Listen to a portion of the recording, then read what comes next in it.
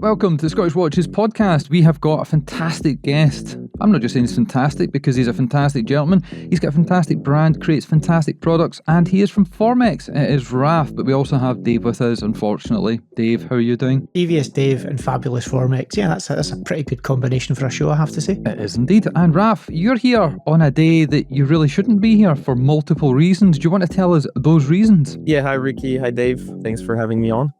Today is a day off at Formex because we had a holiday yesterday, and then usually everybody just bridges the gap through the weekend. And also, it's my sister and my birthday today. Were you both born in the same year? Yeah, we're twins. Just needed to connect the dots there, because sometimes Dave gets confused. What was it you used to say? Your dad's sister. And we were like, you mean your aunt? Aunt. Yeah, well, I mean, it's also your father's sister, isn't it? I mean, technically it is correct. Suppose so, Dave, suppose so. But anyway, we're here to talk about watches. And the reason it has taken so long to get Raf on the show is we wanted to cover the ceramic launch. We came across to check out the factory, look behind the scenes, our first visit properly. And then he said, no, just wait because we've got other things happening. And then they released this crazy Meteorite light blue watch that was a fantastic success. We said, how about now? We've got some more stuff coming down the line. Can we just wait a little bit longer? Then we had an event at James Porter in Glasgow that I attended. Dave couldn't make it because he was actually where Raf should have been, over in Switzerland, and they released the new field watches that have actually taken the world by storm. The Gen 1 was amazing, we got to see that. The Gen 2's even better. But the reason you're here today is to sort of cover everything that has happened in the last year or thereabouts since you were last on the show. Give us an update, tell us how things are in the Swiss industry, and also give us a little bit behind the scenes because, as we constantly say, you make certain parts for certain brands that maybe people don't know about, and the reason that you'd be able to give this high quality product these exceptionally high quality finishes for a low price point is because of quantities of scale. But we'll get into all that after we tell you to check the show notes. That's where you find all the information for this episode. There will be links to pictures, products, all that good stuff in there. If you're listening, it'll be in your podcast player. Click that. If you're watching this on YouTube, the link will be in the description. And probably the next thing, Dave, is to get the wrist checks done. So who should go first? Well, I always come second, and of course we have a guest, and it's his birthday, therefore birthday boy should be going first. So over to Raphael, you'll let us see what you're wearing on the wrist. I'm wearing the Essence 43 Space Glacier that Ricky just mentioned a few seconds ago. So it's our silver plated and blue tinted Meteorite dial. So it's really plays nicely with the light, especially in the sunlight when it hits you. You're not really sure if it's silver or blue and has those blue hues that I was after when I created this dial. And I honestly put it on for transport, to transport it over to a Vancouver show because I didn't have space in the watch box anymore. And I haven't really taken it off since. So I fell in love with it myself. And this is a watch that with this dial that you started the process of not just taking Meteorite, which is already a relatively unusual dial material, but doing funky things, so to speak, with the Meteorite. Obviously, this started, I believe, with the gold Meteorite dial, but you've kind of moved that forward. Maybe give folk a bit of a background as to what's involved in making the dials the way they are. So what's new with these dials is that we plate them. Usually in the industry, when you want to bring color to a Meteorite dial, you PVD coat them. Since it's a little bit, it's not necessarily a thicker coating, but it makes them look more uniform. Whereas the plating, we found that the results are just more not as regular as when you do it with a PVD. So you still get the shininess and the matte finish of those differences. Actually, the contrasts are really almost enhanced when you plate it. And we wanted to bring color to the dial without covering what everyone loves Meteorite for, which is the Wittmann-Stetten patterns that actually get revealed by bathing the Meteorite in acid. So it's a whole process. You have to do a core drilling, and then you actually saw little discs off that core. And then we get to the machining, which in our case means that every index needs 2 holes drilled because we don't use stickers, or we also don't use applied rings to put the indexes on.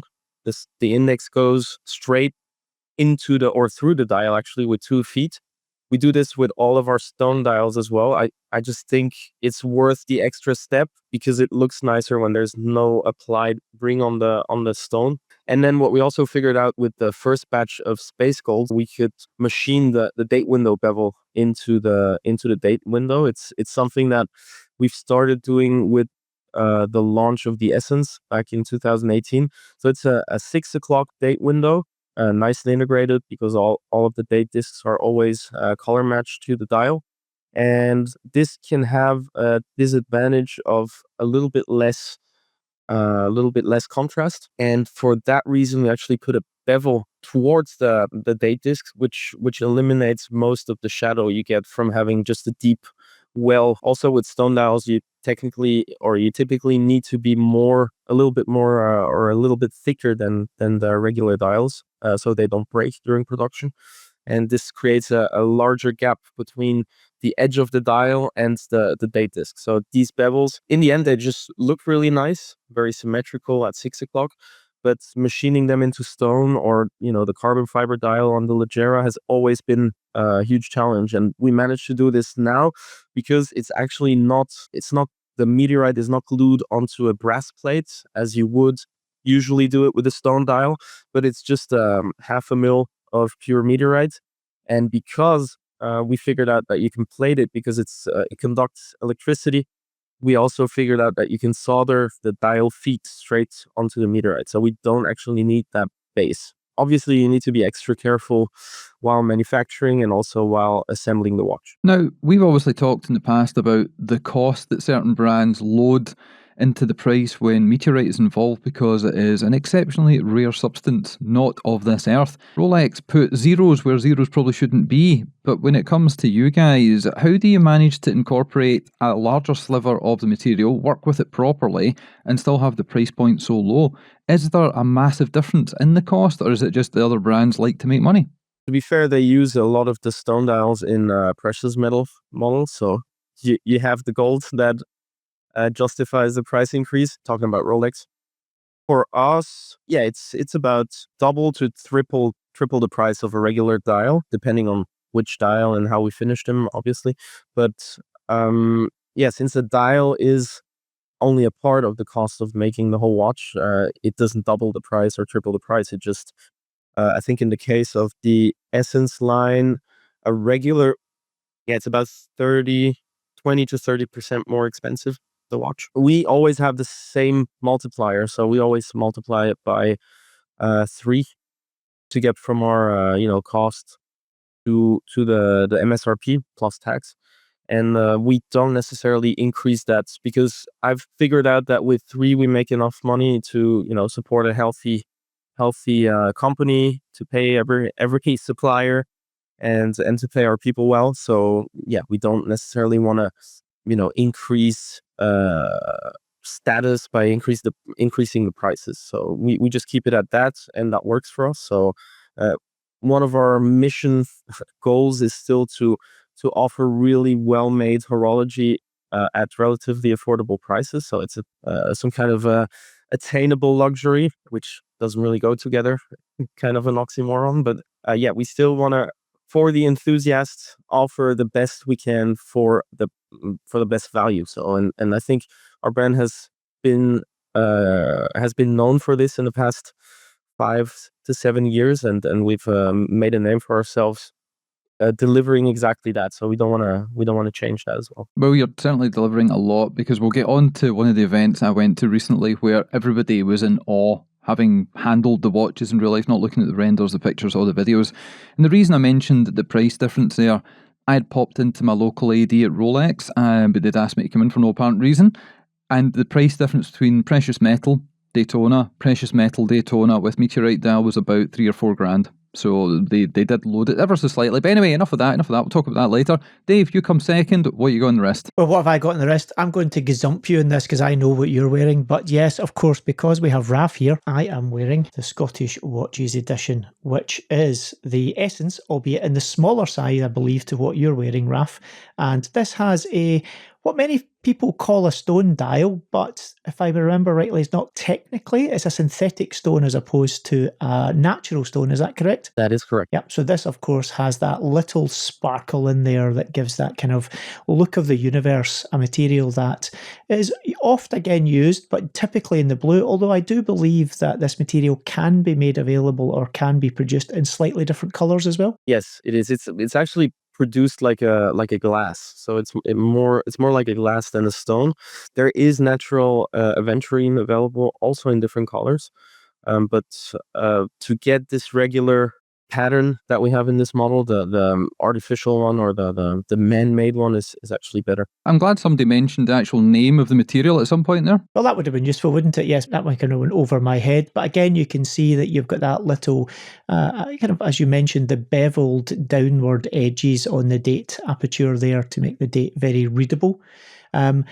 Something you didn't maybe mention in yours is this also has the suspension system, which is something that is relatively unique to something that Formex do. Yes, exactly. So this is a patent that was filed by the founders of the brand in 1999. Actually, was the patent filing before they founded the company, and it's something that they brought over from their passion for motorsports. So it's kind of a nod to motorsports because it really functions like a car suspension. You have 4 springs under these apparent screws that you see from the top.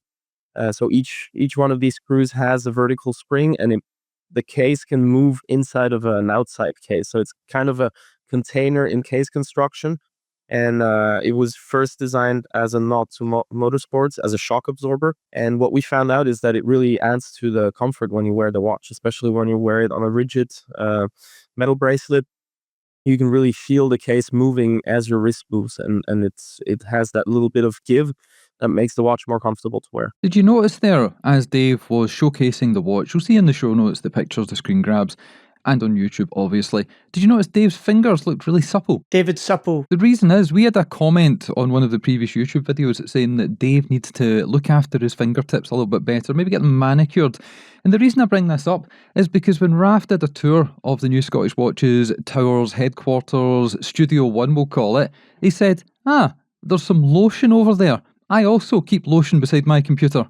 And I said, yeah, but I use it for a different reason. Yes, that's something that we should probably smooth over, so to speak, because yes, maybe this is a different rated channel. That's your other OF entity, I think, Ricky, that we're talking about there. That's Formex with 3 X's at the end. Well, I should probably do my wrist check, and it's very similar to Dave's wrist check because it's the same watch, although I have adapted it slightly. I've put it on an aftermarket strap. Well, as Dave mentioned a minute ago, this is obviously the Scottish Watches edition, and I timed it almost perfectly, so I have the proper photography, proper video timing on the front there, coming up for nearly 10 past 10.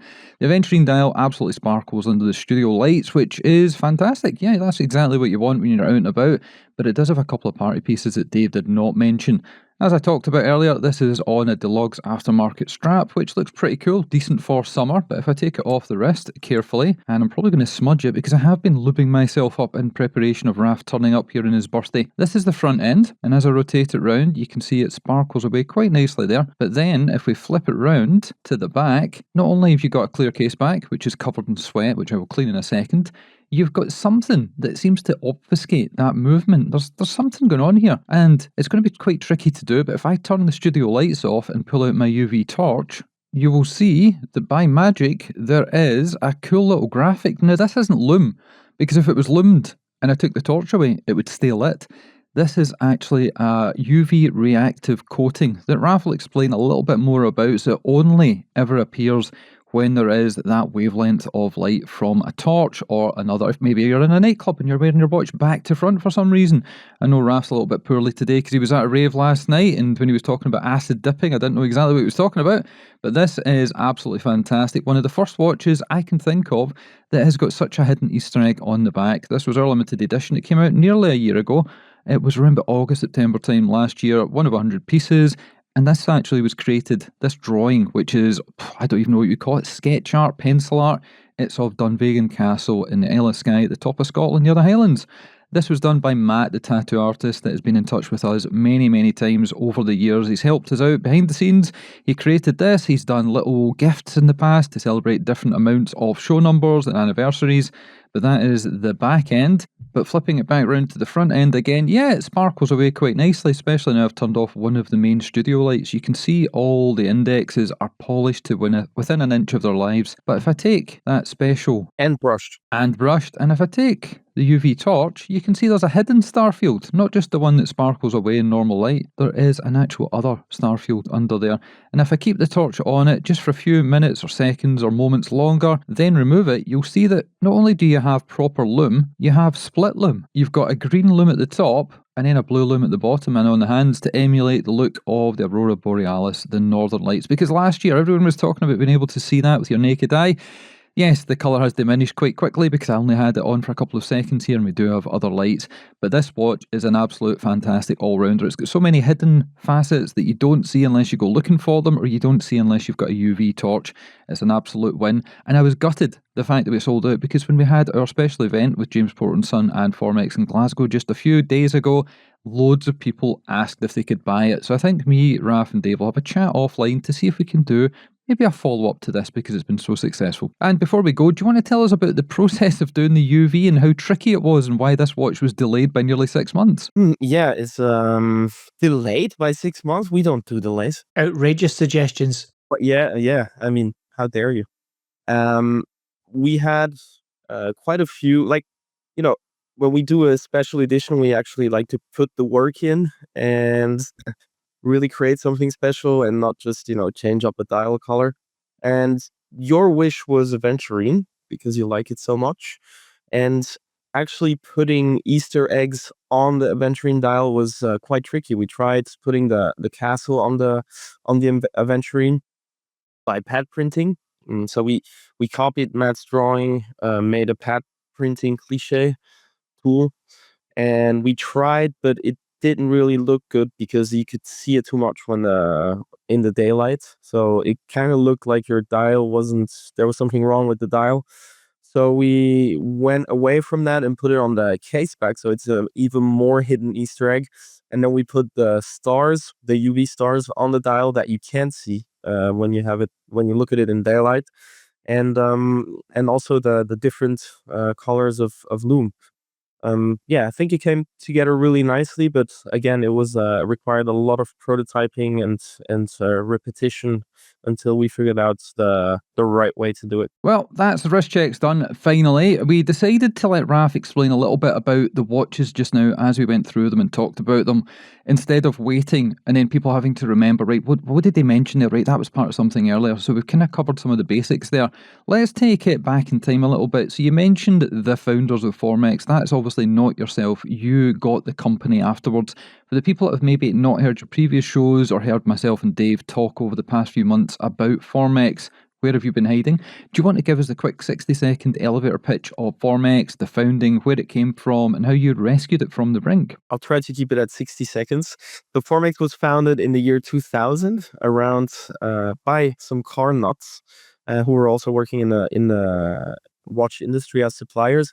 So they created the ultimate sports watch pendant to a sports car pendant to a watch with the case suspension system that they patented, and created pretty unique, industrial looking and large watches. And they were doing pretty well, but when the 2008 financial crisis hit, they never really quite got the brand to restart again. And that's where we came in, because we were already in manufacturing components for different watch brands. And so we had the opportunity to take over the brand. We didn't have a lot of financing, so we had to do a Kickstarter. Still today, no outside financing, so everything we did was, bootstrapping it. And the Kickstarter really gave us the kickstart we needed to relaunch the brand. Yes, because I guess, as you mentioned at the top of the show, The brand in its original form, most of the watches were fairly substantial in size, shall we say. We actually were lucky enough when we were over with you to get a look at some of that kind of back catalogue and historic catalogue of watches. And compared to where we are today in terms of design language, you can see the little pieces of carryover, but size has come down considerably.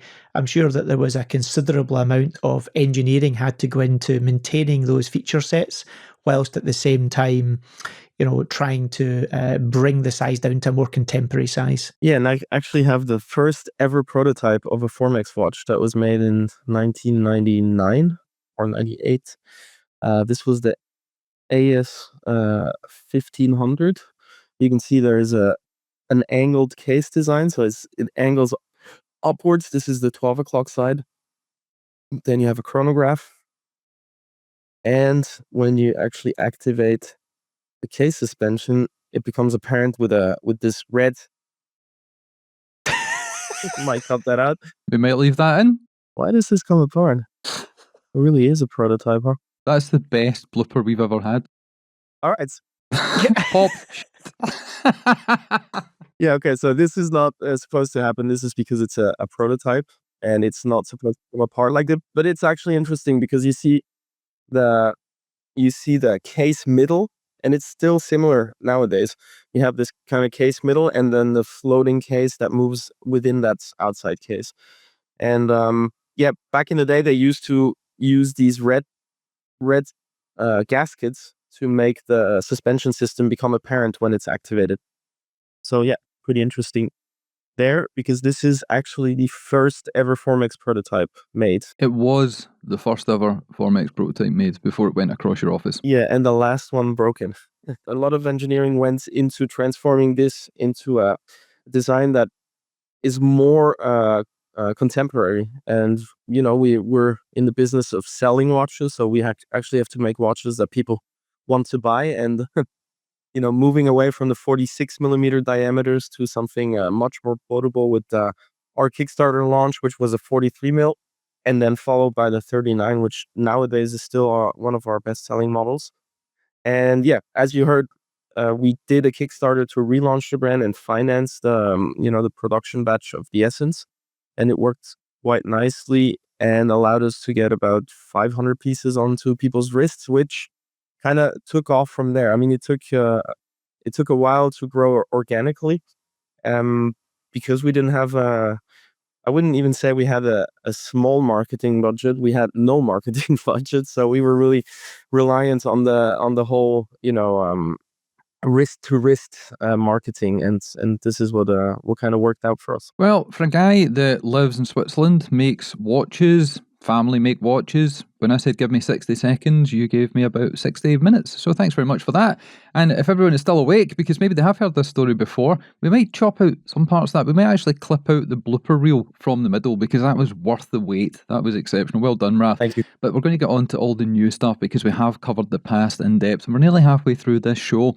The reason we initially wanted to record was to talk about the new ceramic watches, because, again, you have led the field, led the charge, creating something that is usually a lot more expensive if it's done properly. And maybe you can explain the differences about the fake ceramic bracelets and the fake ceramic watches, where it is a shroud or a covering, and inside it's literally just a millimetre thick, and inside is a normal watch, and people say it's ceramic. It's almost like gold plating, it's not real gold. Whereas you guys have actually moved the game forward, especially with the clasp technology, the bracelet technology, and everything else. So let's talk about that first, because that's where me and Dave actually came across, got to look beyond the veil, behind the curtain. We got to see the Wizard of Oz creating all these watches. Talk about that, then we can move on to the latest, the greatest, the new releases that just came out last week. So hit us with it. Ceramic, where did the idea come from? How difficult was it to do? Very difficult, but ceramic, the idea came from our know-how. Dexel, our family company, has been manufacturing ceramic for about 30 years for different brands, ceramic components. So we have a lot of engineering and practical know-how on how to transform an existing steel model into something that looks very similar but is completely made out of ceramic. And we also added material, because when you say ceramic, people love it because of the way it looks. The the way it doesn't scratch, but the first thing they say, oh, it's brittle, it's going to break if I hit it against the door frame. How about you just don't then? Yeah, that's a good point. But accidents happen, as we just saw. Well, that's how you're here. Yeah, exactly.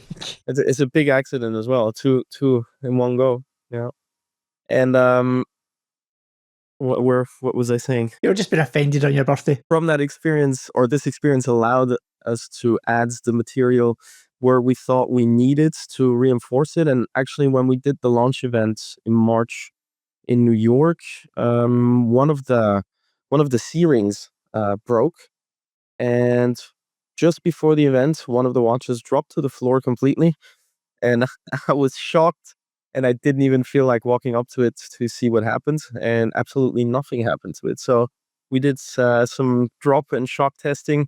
We did it to the components, but that was our finished watch, and we only had 2 sets of watches there for the launch event. So it would have been pretty bad if it had broken. And by C-ring, just to clarify, what he means is not the watch. He means the little C clip that the watch is mounted onto for display. Not the watch broke, but the actual display material broke, before anybody gets confused on that. But that is I think that's a great... these real world things happen. As Ricky said, maybe don't hit it off things, maybe don't drop it. In an ideal world, that would be great. But as you mentioned, accidents do happen. Sometimes maybe we have too many beverages, and maybe things fall off of wrists, or things fall off of displays. These things can happen. But it sounds like you've done the engineering. And one thing we saw when we were over there was the amount of R&D and quality control and quality assurance that goes on with parts. It's not a simple case of design it, hope for the best and see what happens, but a huge amount of work is done in the background to make sure that these parts will stand up to the day-to-day rigors of daily use. That is correct. And it took us about 2.5 years to from start to finish, and actually releasing it to the public. This is also because we don't have a dedicated development and engineering team for each model who only works on that. So we work on different products that we release throughout the year, be it just a new dial, which in our case always still requires some development, because as we saw with the Meteorite dials, that it's not just a change of color, but you actually have to figure out the plating and how it will interact with the zapon, the lacquer that we use on it. And so yeah, it sometimes takes a bit longer, but turning an essence into a full ceramic watch is more like completely starting from scratch. Not necessarily design-wise, but engineering-wise, it's almost harder than redesigning a watch, because you have to make an existing design. For instance, one of a good example is the bracelets. Our bracelets of the Essence is very popular, so we wanted to keep the design very similar, but it's not a 3-link bracelet anymore in the ceramic. It's an H link, so you have a H element, and then you have the middle links, and but it's still we still managed to make it look very similar to the regular Essence bracelet. That's just one example of the complications of translating just materials. And the reason why we did it is, so first of all, we wanted to create something that really comes from our knowledge and know-how of working with this material. Not only from because we could do it, and so we did, but it's kind of in our DNA of Formex, not only Formex 2.0, but even before, to play with different materials like carbon fiber. For the Essence Leggera, I mean, the reason why this came to be is people were asking us for a black version of the Essence, and I really didn't want to work with IP plating, PVD, or even DLC, which is the best of them all in terms of hardness and durability. But I've had DLC watches, and if you do hit it against the wall or something, or scratch, or even just from years of wearing it, your shirt sleeve might polish off the PVD on watches, and we saw this on previous Formex models. So we decided to only create watches that are inherently in that color. So if you scratch it, you're not going to have a shiny metal bit bleep, peeking through the coating. And at the same time, Dexel had developed Dexelite, which is a carbon microfiber composite. And my dad challenged me to use it in a watch case, so he could actually show it to customers in a watch case, and not only in clasp components as we had used it previously.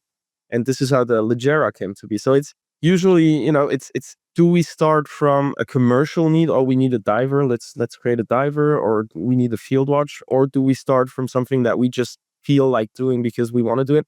It's sometimes it's both of them. Sometimes it's one or the other. So sometimes I wake up with a specific model idea that I want to explore, and this is how the model comes to be.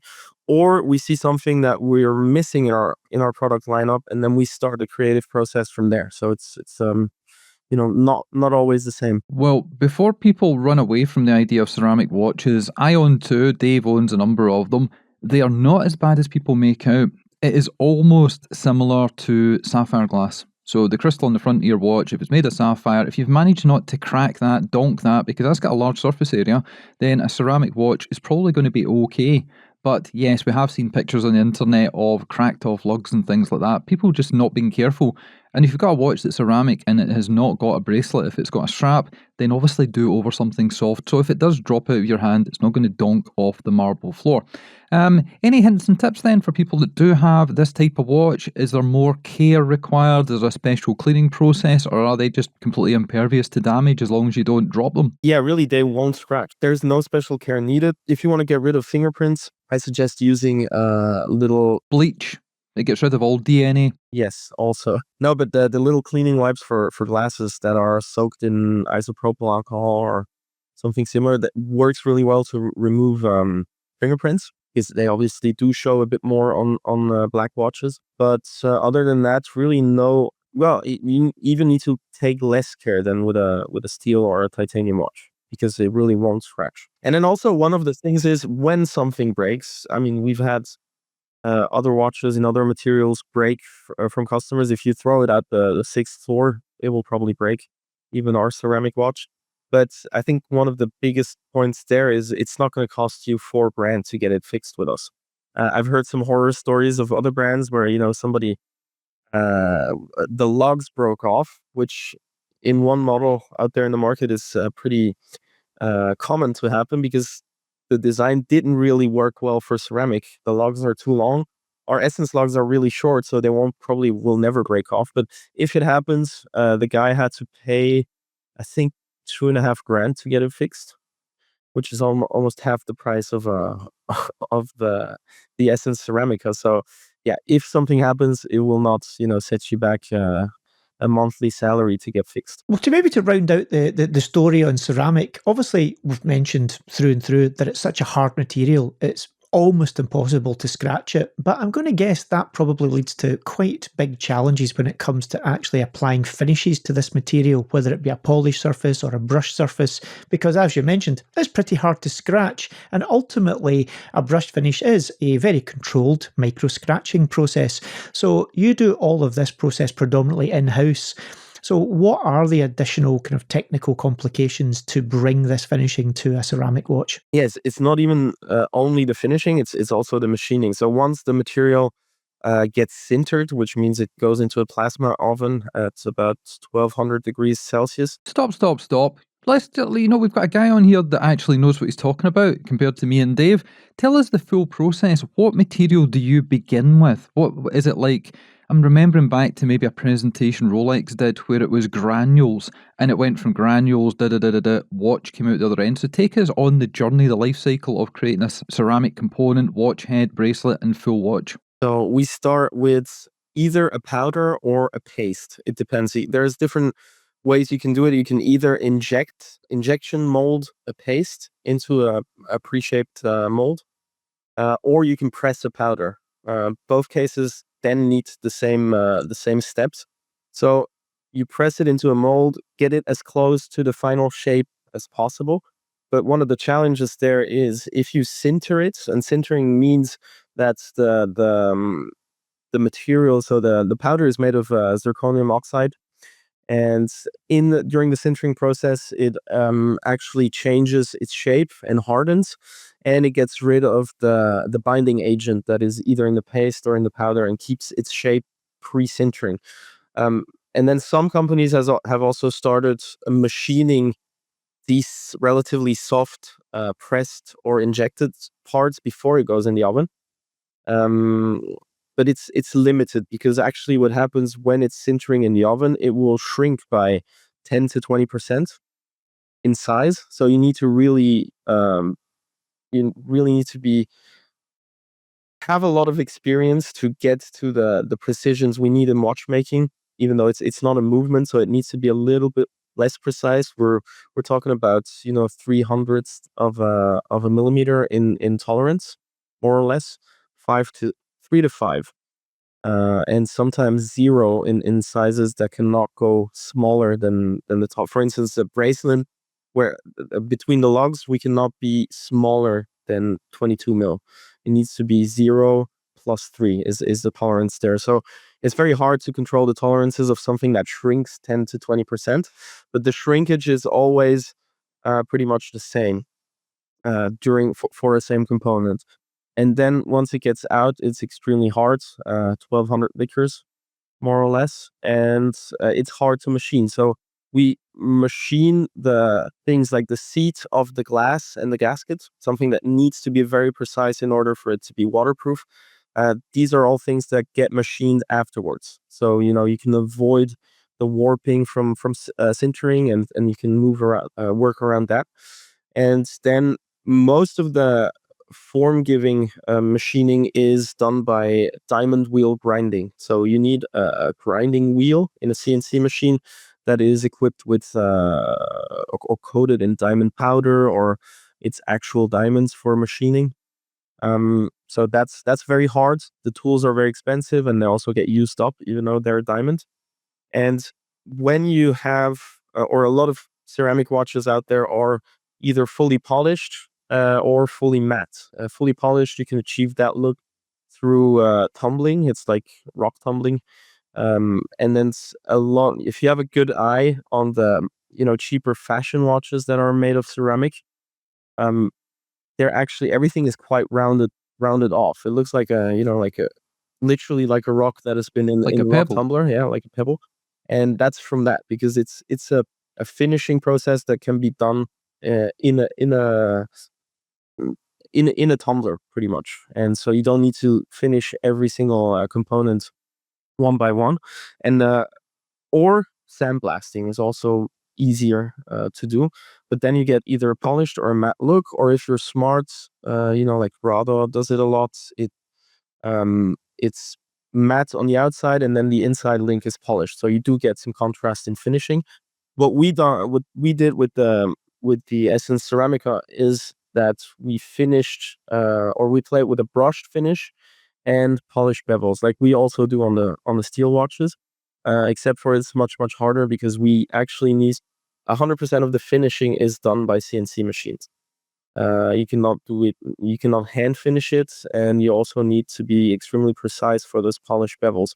But I think that's one of the points that makes the Essence Ceramica so special is the finishing on the ceramic. But I think most people don't necessarily know how much harder it is to get this type of finishing, as opposed to just matte or just polished. Well, we've covered the processes. I wanted this to get covered because even in my head, because we get to see watches all the time, it becomes second nature to think about the finishes, the materials. No, it's made of gold, it's made of this, it's made of that. It doesn't really matter. We forget just how hard it is to work with certain different types of materials. Like we talk about titanium, we've talked about platinum and how it can eat up at the tooling. You mentioned that there with the ceramic.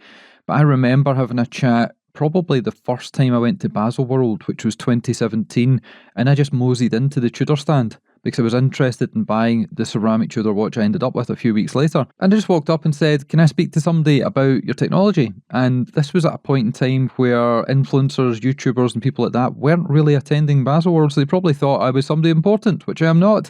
But I got to speak to one of their training guys. He was the trainer for Asia, and I asked him about the inside of the Black Shield ceramic Fast Rider. And he said that, like you did, they have to create it in an oversize. Then when they cook the thing, it shrinks down. And then they have to work inside it. But what he told me was they actually built a stainless steel tub inside the ceramic that was the waterproof part to allow them to have the waterproof rating, the water resistance rating. So I take it with your watches, you don't actually have to have this separate internal tub system. Yes, we do, because we actually have this anyways because of the case-in-case system that allows for the case suspension. So we do actually have a titanium container in all of the watches, be it ceramic, carbon fiber, or even the steel ones. There is always an entity inside where the glass is um, or two glasses, the top and back glass, sandwich this container, and this is what allows for the waterproofness. Just wanted to cover that because it was in my head as you were explaining. But we've talked about ceramic. We've talked about our trip across to check out new things. We're going to jump over your wrist check because you've covered that in detail. Plus, it's an old model that's got a new lease of life thanks to the dial and the coloration. Let's talk about the field watches. This is something that many years ago we said on a previous show. We had a couple of visitors from the States coming to see us. A couple of people that work for SpaceX, funnily enough. And we were showing them this fantastic titanium field watch with a Swiss caliber, Swiss made, all the Swiss accoutrements you would expect, and it came in at less than $1,000 US. Then you decided to up the ante, make the dials even better looking, increase what you'd done before, and bring it to market. And that launched just a few days ago as of recording. So do you want to run us through the changes between Gen 1, Gen 2, and why you felt it needed an upgrade? Okay, before I talk about the new dial, let me explain what the field actually is. So um, this was a case where we needed a field watch in our collection, or we wanted one. I really like field watches and the ruggedness of them. So I wanted to come up with something that is really made for the field, that is inspired by the Dirty Dozen clean cut design with the very legible numbers, good loom. But I wanted to create it with the Formex DNA in mind. So the case is definitely not your classic field watch round case with simple lugs. It's made of titanium, grade 2, fully sandblasted. This is, first of all, to avoid reflections when you're in the field, when you're a hunter or when you're an operator. You actually don't want stuff to shine up and create reflections. The dials were completely matte in a sandwich construction, really deep loom, so they will actually glow for a long time. And then you have a nice little detail, which is the curved up minute track towards the outside of the dial. So and you have syringe hands, so it's very precise to read the time. And you see a good mix of old school field elements mixed with modern design. Even the font for the numbers actually was completely designed in-house. And then when we came up with this, pretty soon as we started working on some renders for a new dial design, but we just never had the time to work on it and then make it into a real thing.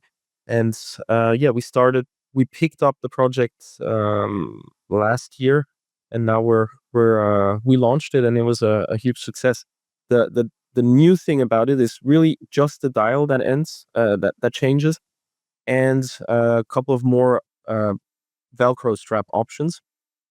And the dial now gets a more horological finish. So instead of being just matte, you get a sector in the center that is sunburst finished, and on the number sector outside, you have sandblast, similar to the case. So you have a matte, then you have the real nice effect of a sunburst in the center, and you have another sunburst just on the curved minute track outside. And we actually had to reconstruct the dial completely. It's now a three-part dial as opposed to the two-part it was before, just so we could put the finishing on that outside curved minute track.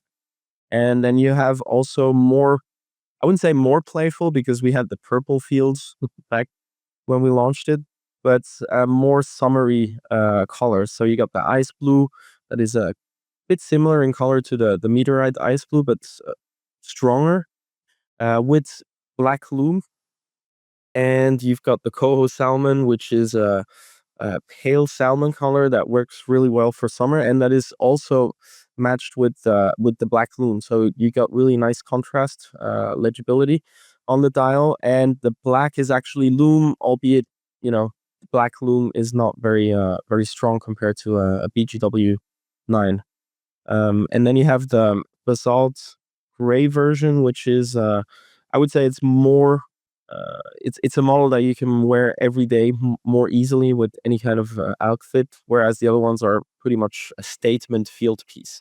And the idea was keep the ruggedness and the everyday variability of the Shield and add a touch to it where it looks good in a cocktail bar at night. Yeah, the impression I got from it was, whilst the Generation 1 is very much a field watch, maybe with a pop of colour here or there in it, this has an edge of dressiness to it where it's very utilitarian. You can wear it day to day, but as you mentioned, it wouldn't necessarily look out of place, especially the grey one, if you were suited and booted. Absolutely. That was kind of the whole goal when we set out to design the new dial. And before we finish the show up, because we're getting near the end, let's just talk about your international travels.